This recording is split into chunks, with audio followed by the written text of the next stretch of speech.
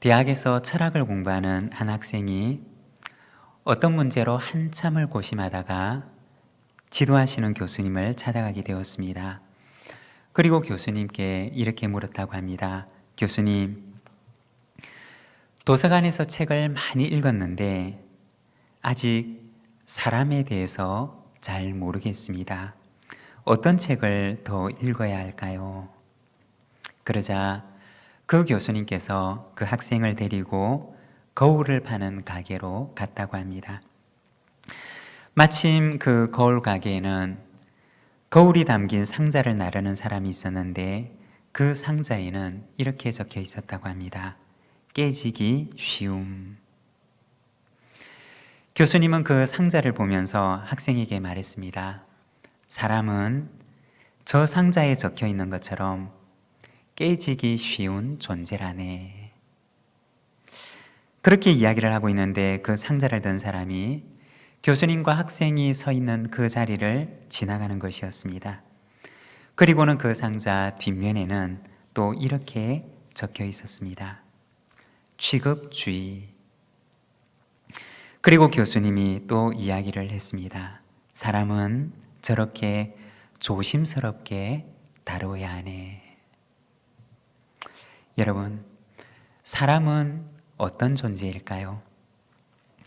사람은 깨어지기 쉬운 존재이고 또 그래서 조심해서 대해야 하는 존재라는 것입니다. 나도 깨어지기 쉬운 연약한 사람이고 그리고 내 곁에 있는 사람도 깨어지기 쉬운 연약한 사람이라는 것입니다. 서로의 연약함을 기억하고 또 서로를 배려하면서 세워나갈 때 우리는 아름다운 믿음의 공동체를 만들어갈 수가 있는 것입니다. 여러분, 우리 부산지인 교회가 서로를 향한 사랑과 배려가 있는, 서로의 연약함을 기억하고 또 그것을 보듬어주는 그런 아름다운 믿음의 공동체를 만들어가게 되기를 소망합니다. 오늘은 우리가 읽은 창세기 20장 말씀에서 아브라함의 연약함과 그리고 또 그것을 도우시는 하나님의 모습을 보여주고 있습니다. 우리가 창세기 말씀을 계속해서 함께 읽고 있는데 성경은 우리에게 아브라함이 처음부터 대단한 사람이 아니었다라고 이야기를 합니다. 처음에는 너무나 연약한 사람이었고 또 너무나 연약한 가정이었는데 하나님께서 그와 그 가정을 택하시고 그의 인생을 성숙하고 그리고 단단한 믿음의 사람으로 만들어 가시는 과정을 보여주는 것이 바로 이 창세기에 나와 있는 아브라함의 이야기라는 것입니다. 약한 사람을 강건하게 만들어 가시는 그 과정을 성경은 우리에게 보여주고 있는 것입니다. 여러분, 우리도 역시 마찬가지일 것입니다. 우리도 연약한 사람이지만 하나님께서 연약한 우리를 부르셔서 강건한 믿음의 사람으로, 강건한 하나님의 사람으로 만들어 가시는 줄로 믿습니다. 여러분, 우리의 삶도 하나님 앞에 그렇게 성장하고 성숙해가는 그와 같은 삶이 되기를 소망합니다. 오늘 우리가 읽었던 이 말씀에 보면 아브라함의 가정에 찾아왔던 또 한 번의 시련에 대해서 이야기를 하고 있습니다. 인생의 시련과 시험은 단 한 번만 찾아오는 것이냐? 그렇지 않다는 것입니다. 똑같은 시험과 시련이 우리의 인생을 또 찾아오기도 한다는 것입니다. 오늘 우리가 읽었던 창세기 20장의 이 말씀은 사실은 우리가 앞서 보았던 창세기 12장의 이야기와 너무나 똑같은 그러한 이야기를 보여주고 있습니다. 우리가 창세기 20장 말씀을 읽으면 이거 지난번에 한번 읽었던 본문이 아닌가? 지난번에 한번 우리가 같이 묵상을 했던 그러한 본문인 것 같은데 라고 하는 생각이 들 만큼 창세기 20장의 이야기와 12장의 이야기는 너무나 유사하고 너무나 비슷한 이야기를 우리에게 들려주는 것입니다. 창세기 12장 말씀에서는 아브라함이 기근을 맞이합니다. 그 기근을 피하기 위해서 애굽으로 내려가게 되는데 거기에서 당했던 일에 관한 이야기를 기록해 주고 있습니다. 그리고 오늘 우리가 읽었던 창세기 20장의 이야기는 아브라함이 그랄 지방으로 내려가게 됩니다. 그리고 거기에서 그가 겪었던 일을 이야기해 주고 있습니다. 아마도 아브라함은 이 그랄 지방으로 내려갈 때 그가 먹이고 있는 그 가축들이 먹을 수 있는 목초지를 찾기 위해서 내려갔을 것입니다. 유목민들은 가축에게 먹일 풀이 있는 곳으로 때가 되면 언제나 이동을 반복하곤 했던 것입니다. 아브라함은 헤브론 지역에 상당 기간 머물다가 가축을 먹일 목초지를 찾아서 이 그랄 지방으로 이동하게 되었던 것입니다. 그랄 지방이라고 하는 곳은 팔레스타인에 있는 그 사해 지역에서 북서쪽에 위치한 곳이었습니다. 그곳은 블레셋 사람들이 사는 곳이었고 해양에 거친 세력이 사는 곳이었습니다.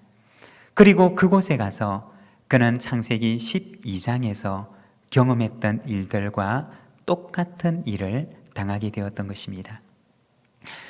아브라함과 사라는 그 그랄 지방에서도 역시 똑같이 서로를 누이와 오랍이라고 칭했고, 그리고 애굽 왕 바로와 그랄 왕 아비멜렉은 똑같이 아브라함에게서 사라를 빼앗아 갔던 것입니다. 아마도 아브라함의 그 인생 가운데 가장 쓰라린 경험 중에 하나가 이 애굽에서의 경험이었을 것입니다. 다시는 이와 같은 시련이 찾아오지 않았으면 하는 생각이 들었겠지만, 그러나 또다시 똑같은 시련이 그의 가정에 찾아왔던 것입니다. 여러분, 우리는 살아가면서 우리의 인생에 시험과 시련이 없었으면 하지만, 그러나 성경을 보게 되면 우리의 인생에 시험이 없으리라고 결코 말하지 않는다는 것입니다. 요한복음 17장 15절의 말씀을 보게 되면 예수님께서 죽으시기 전에, 십자가에 죽으시기 전에 제자들을 위해서 중보기도 하시는 모습이 나오는데, 예수님께서 십자가를 지시기 전에 제자들을 위해서 이렇게 기도하십니다. 요한복음 17장 15절에 보면, 내가 비옵는 것은 그들을 세상에서 데려가시기를 위함이 아니요 다만 악에 빠지지 않게 보전하시기를 위함이니이다. 예수님께서 제자들을 남겨두시고 세상을 떠나시는데, 예수님께서 제자들을 위해서 기도하셨던 것은 예수님께서 떠나시고 난 뒤에 그 제자들을 하나님께서 시험이 없는 곳으로 데려가 주시기를 원했던 것이 아니었던 것입니다. 시험이 없는 세상으로, 시험이 없도록 하나님께서 그들을 시험이 없는 곳으로 인도해 주시기를 구했던 것이 아니라는 것입니다. 예수님께서 제자들을 위해서 구하셨던 것은 다만 시험이 있더라도 악에 빠지지 않도록 간구하셨던 것입니다. 여러분, 우리가 사는 세상은 결코 시험이 없는 세상이 아니라는 것입니다. 마치 비유를 하자면 이 시험이라고 하는 것은 파도처럼 우리에게 밀려오는 것입니다. 여러분, 우리가 해변가에 가서 파도를 보게 되면 파도가 밀려오지 않습니까? 그리고 밀려왔던 파도가 다시 쓸려 내려가는데, 파도가 쓸려 내려갈 때는 이 파도가 다시 오지 않을 것 같지만, 그러나 쓸려 내려간 그 파도는 다시 또 밀려오게 되는 것입니다. 예수님께서 제자들을 위해서 기도하셨던 것은 이 파도가 왔다가 쓸려 내려가서 다시 돌아오지 않기를 간구하셨던 것이 아니라, 그 파도가 또다시 제자들에게 밀려온다 할지라도 그 파도에 매몰되지 않도록 예수님께서는 제자들을 위해 간구하셨던 것입니다. 여러분, 우리의 인생에 시험은 언제까지 찾아올까요? 우리의 인생에 언제쯤이면 이 시험과 시련이 지나가고 시험이 없는 세상이 찾아올까요? 시험이 언제까지 찾아오느냐? 시험이 언제까지 우리에게 반복되느냐?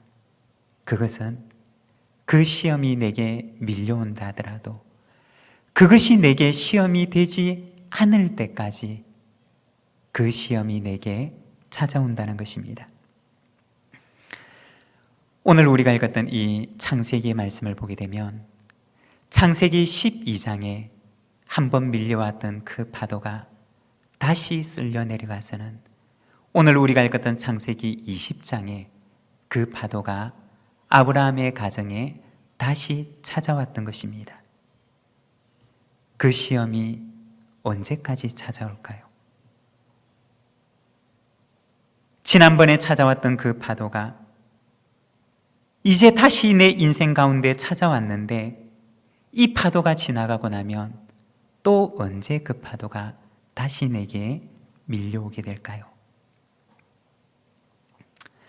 아브라함이 하나님을 믿고 신뢰하면서 자신의 아내를 누이라고 속이며 살지 않을 때까지 이 시험의 파도는 그의 가정을 찾아오게 될 것입니다. 만일에 아브라함이 그것을 깨닫지 못하고 계속해서 그와 같이 아내를 속이고 그리고 주변에 있는 사람들을 속이는 삶을 살아간다면 그 시험은 아브라함의 인생에 있어서 창세기 20장에서 끝나는 것이 아니라 또 다른 장에서 그 시련은 그를 또 반복해서 찾아왔을 것입니다. 어쩌면 가는 곳마다 아브라함은 그와 같은 위험과 시련에 또 노출되고 말았을 것입니다. 시험이 언제까지 찾아오느냐?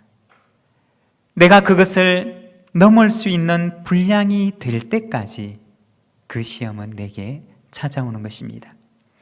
만일에 아브라함이 창세기 12장에서 찾아왔던 애굽에서의 그 쓰라린 경험을 기억하고 난 뒤에는 내가 이제는 죽으면 죽으리라고 생각을 하고 하나님께서 이 사라를 통해서 나와 우리의 가정에 반드시 후사를 주실 것이라는 그 믿음을 가지고 담대하게 사라를 자신의 아내라고 고백하며 살아갔더라면 어쩌면 창세기 20장의 이 이야기는 우리가 볼 수 없는 이야기가 되고 말았을는지 모릅니다. 그렇지만 아브라함에게는 그 파도를 넘어설 수 있는 믿음이 없었던 것입니다. 그것을 넘어서지 못하니 한 번만 피하고 나면 다시는 찾아오지 않겠지라고 생각을 했지만 그러나 그 파도는 어김없이 시간이 지나자 또다시 아브라함을 찾아왔던 것입니다.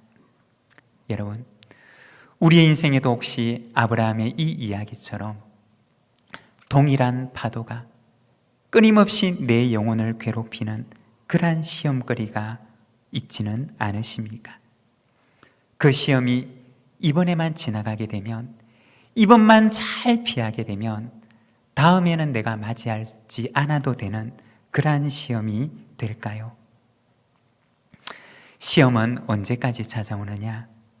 내가 그것을 넘어설 수 있을 때까지, 나의 이 연약함이 하나님의 그 강건함을 힘입어서 내가 그것을 넘어설 수 있을 때까지, 그리고 그것이 찾아온다 할지라도 그것이 내게 시험거리가 되지 않을 때까지 그 시험은 내게 또다시 찾아오게 되리라는 것입니다. 사랑하는 여러분, 시험이 오지 않도록 기도하는 것이 아니라 그것을 넘어설 수 있는 힘과 용기와 믿음을 주시기를 기도하시기를 바랍니다. 그것을 넘어서는 그 순간 더 이상 그 시험이 나를 시험거리로 만들지 못할 것이라는 것입니다. 사랑하는 여러분, 하나님께서는 우리에게 이 시험과 같은 파도도 허락하시지만, 그러나 그것을 넘고 이길 수 있는 힘과 능력도 허락해 주시는 줄로 믿습니다. 그 힘을 가지고 시험의 파도를 넘어서는 우리 모든 믿음의 가족들이 되시기를 바랍니다. 오늘 본문에서는 이 그랄 땅에서 어려움을 당하고 있는 아브라함을 도우시는 하나님의 모습을 보여주고 있습니다. 오늘은 우리가 이 말씀을 통해서 어려움을 당할 때 우리가 기억해야 할 세 가지를 함께 묵상하고자 합니다. 먼저 첫 번째는 우리는 약하다는 것입니다. 우리는 연약한 존재라는 것입니다. 아브라함의 이 이야기는 우리가 얼마나 연약한 본성을 가지고 있는 존재인지를 보여주는 것입니다. 마치 우리가 앞서 이야기를 나누었던 것처럼 유리걸어처럼 또는 깨어지기 쉬운 거울처럼 작은 충격에도 쉽게 깨어질 수 있는 연약한 존재가 바로 우리들의 모습이라는 것입니다. 오늘 우리가 읽었던 이 본문의 말씀을 보게 되면 아브라함은 넘어졌던 그 자리에서 또다시 넘어지는 모습을 우리에게 보여주는 것입니다. 여러분, 우리는 한번 실수하면 또다시 실수하지 않는 사람이 아니라 넘어진 그 자리에서 또 넘어질 수 있는 연약한 존재가 바로 우리들이라는 것입니다. 아브라함이 넘어졌던 그 자리가 한 번도 넘어진 적이 없는 생소한 자리였던 것이 아니라 그가 이전에 넘어졌던 그 자리에서 그는 또다시 넘어지고 말았던 것입니다. 애굽에서 넘어졌던 그 자리에서 그는 똑같은 이유로 그랄에서도 넘어져 버렸던 것입니다. 그런데 오늘 본문에 보면 애굽에서도 도우셨던 그 하나님께서 똑같은 방법으로 그랄에서도 도우시는 것을 보여줍니다. 지난번에 실수할 때는 내가 도와줬지만 다른 실수도 아니고 똑같은 실수를 범하니 이제는 도와줄 수가 없다라고 얘기를 하지 않으시고, 똑같은 실수를 하는 아브라함을 하나님께서는 똑같은 방법으로 그리고 똑같은 마음으로 그를 도와주셨던 것입니다. 만일에 아브라함이 창세기 20장에 이어서 그 뒤편에 만일에 동일한 실수를 또 저지르게 되었다면 어떻게 되었을까요? 아마도 하나님께서는 세 번째에도 동일하게 그 손을 내밀어서 넘어진 아브라함을 다시 일으켜 세워주셨을 것입니다. 여러분, 혹시 나는, 혹시 우리는 넘어진 자리에서 똑같이 넘어지는 그러한 실수를 범하신 적이 없으십니까? 한 번도 넘어지지 않은 자리가 아니라 내가 넘어졌던 그 자리에서 똑같이 몇 번이고 반복해서 넘어지는 그와 같은 실수와 죄를 범하지는 않으셨습니까? 오늘 말씀에 보면 그럼에도 불구하고 하나님께서는 여전히 동일한 마음과 동일한 사랑을 가지고 아브라함에게 손을 내미시고 그 손을 붙들어 일으켜 세워주시는 것입니다. 이것이 바로 하나님의 사랑이라는 것입니다. 여러분, 나뿐만 아니라 내 곁에 있는 사람도 마찬가지일 것입니다. 그도 역시 똑같은 자리에서 넘어지는 연약한 사람이고, 똑같은 자리에서 넘어질 때 하나님께서 나에게 하시는 것처럼 똑같이 손을 내밀어 그를 일으켜 주시고자 하시는 이가 바로 내 곁에 있는 사람이라는 것입니다. 여러분, 나도 연약하지만 내 곁에 있는 사람도 연약하다는 사실을 기억하며 우리도 하나님처럼 우리가 동일하게 똑같은 마음으로 우리가 그 손을 내밀어 내 곁에 있는 자를 붙들어주는 우리 부산진 믿음의 공동체가 되기를 소망합니다. 그리고 두 번째는 우리가 기억해야 할 것은 하나님께서는 강하시다는 것입니다. 아브라함에게 있어서 아비멜렉이라고 하는 존재는, 그리고 아브라함에게 있어서 가나안에 사는 민족들은 너무나 두렵고 너무나 무서운 존재였을 것입니다. 아브라함이 자신의 아내를 누이라고 속일 수밖에 없을 만큼 이 아비멜렉과 가나안의 그 민족들은 아브라함에게는 너무나 두려운 존재였다는 것입니다. 그 사람들이 너무나 크게 보여서 하나님께서 보이지 않을 만큼 아브라함의 눈앞에 있는 그들이 너무나 두렵게 여겨졌던 것입니다. 그런데 오늘 말씀해 보면 아브라함이 그토록 두려워하던 아비멜렉에게 하나님께서 나타나셔서 아브라함과 사라에게 아무 일도 못하도록 막으십니다. 아비멜렉이 아무리 크게 보이고 아무리 두렵게 여겨져도 더 크신 하나님을 찾아야 할 아브라함이 하나님을 찾지 못하고 눈앞에 있는 문제에 매몰되어 버렸던 것입니다. 여러분, 우리가 살아가는 인생에도 이 아브라함처럼 우리의 눈앞에 있는 문제가 너무나 크게 보일 때가 있을 수 있을 것입니다. 그럴 때는 우리의 눈을 감으시기를 바랍니다. 내 눈앞에 있는 문제가 너무나 크게 보일 때는 내 눈을 감고 하늘을 바라보시기를 바랍니다. 우리의 눈을 가리는 그 문제에서 눈을 감고 우리의 영의 눈을 떠서 우리의 인생을 주관하시고 세상을 만드신 전능하신 하나님을 바라보시기를 바랍니다. 그 하나님께서 우리의 모든 문제의 파도를 잠잠케 하시는 역사를 허락해 주실 것입니다. 그리고 세 번째는 하나님은 우리를 사랑하시고 결국에는 존귀하게 하신다는 것입니다. 우리는 연약하지만 그러나 하나님께서는 당신의 강한 사랑으로 우리를 인도하신다는 것입니다. 우리가 시험을 당하지만 두려워하지 않을 수 있는 이유는 하나님께서 우리를 사랑하시기 때문이라는 것입니다. 아브라함과 사라의 가정이 큰 어려움을 겪게 됩니다. 아마도 창세기 20장에 나와 있는 이 이야기는 사라가 아비멜렉에게 가서 다시 아브라함의 가정으로 돌아오기까지는 상당한 시간이 걸렸을 것입니다. 어쩌면은 수십일, 어쩌면은 수개월의 시간이 걸렸는지도 모릅니다. 그 상당한 시간 동안 아브라함의 마음속에 얼마나 큰 불안이 찾아왔을까요? 그리고 아비멜렉의 집에 있는 사라의 마음속에 얼마나 큰 두려움이 찾아왔을까요? 그렇지만 그 시간에도 하나님께서는 아브라함과 사라를 하나님의 사랑으로 꼭 안고 계셨다는 것입니다. 불꽃 같은 눈동자로 아브라함과 사라를 바라보고 계셨고 그 누구도 아브라함과 사라를 털것 하나도 건드리지 못하도록 이 두 사람을 하나님의 사랑의 품 안에 꼭 안고 계셨다는 것입니다.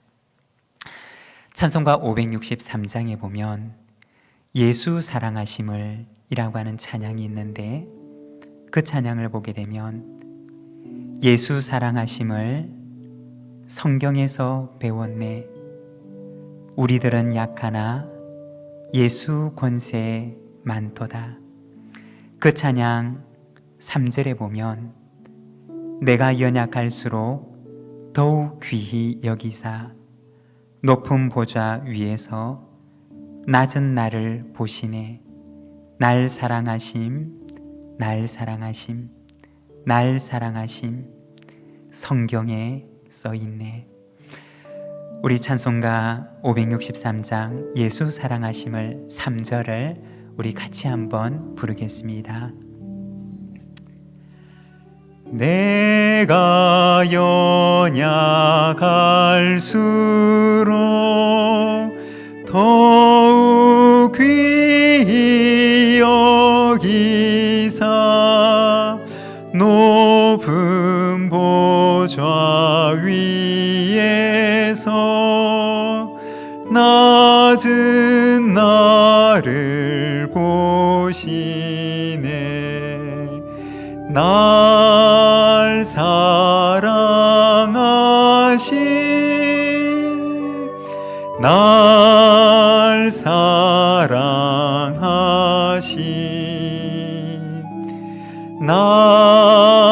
사랑하신 성경에 쓰였네.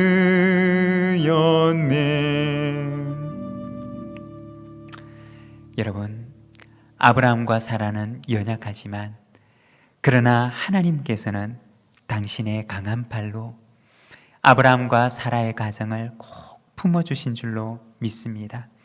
그리고 그 가정을 품어주셨을 뿐만 아니라 그 가정을 높이 들어서 존귀하게 하시는데, 오늘 우리가 읽었던 본문 7절의 말씀을 우리가 자막을 보면서 같이 읽도록 하겠습니다. 함께 읽겠습니다. 이제 그 사람의 아내를 돌려보내라. 그는 선지자라. 그가 너를 위하여 기도하리니 내가 살려니와 내가 돌려보내지 아니하면 너와 내게 속한 자가 다 반드시 죽을 줄 알지니라. 아멘. 여기에 보면 하나님께서 이 연약한 사람 아브라함과 사라의 가정을 높이 들어서 존귀하게 하시는데, 하나님께서 그랄 왕이었던 아비멜렉에게 나타나셔서 말씀하시기를, 그는 선지자이다. 그가 너를 위하여 기도하리니 내가 살리라. 그 사람의 아내를 돌려보내라 고 말씀합니다. 일국의 왕이었고, 그리고 지나가는 나그네에 불과한 한 가정에 그 누이나 그 집 사람의 누구를 빼앗아가도 아무런 문제가 없는 권력자라고 생각했지만, 그러나 하나님께서 아비멜렉의 꿈에 나타나셔서 말씀하시기를, 그는 선지자라 말씀하십니다. 그가 너를 위하여 기도하여야 내가 살리라고 말씀하셨던 것입니다.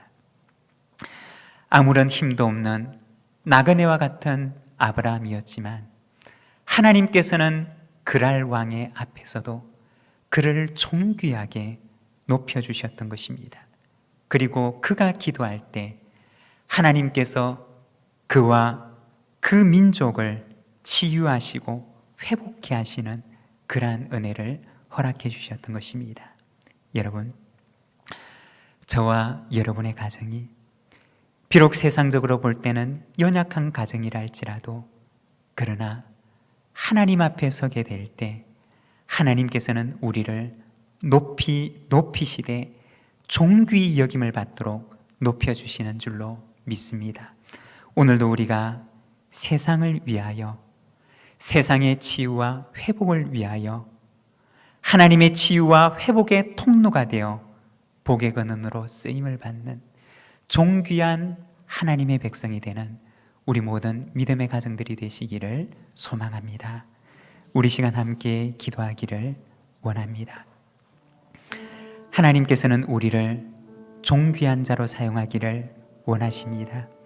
우리는 연약하지만 하나님께서는 강하시고, 우리가 하나님을 의지할 때 하나님께서는 우리를 높여 세상의 그 어느 누구보다 존귀한 자로 삼으시리라고 말씀합니다. 우리가 기도할 때 세상이 치유와 회복을 받는 존재로 하나님께서는 우리를 들어 사용하십니다. 하나님, 오늘도 연약한 우리를 붙들어 주시고 하나님의 그 존귀한 백성으로 이 땅 가운데 하나님의 복의 근원으로 살아갈 수 있도록 우리와 우리의 가정을 인도하여 주시옵소서. 우리 시간 함께 기도하며 나가겠습니다.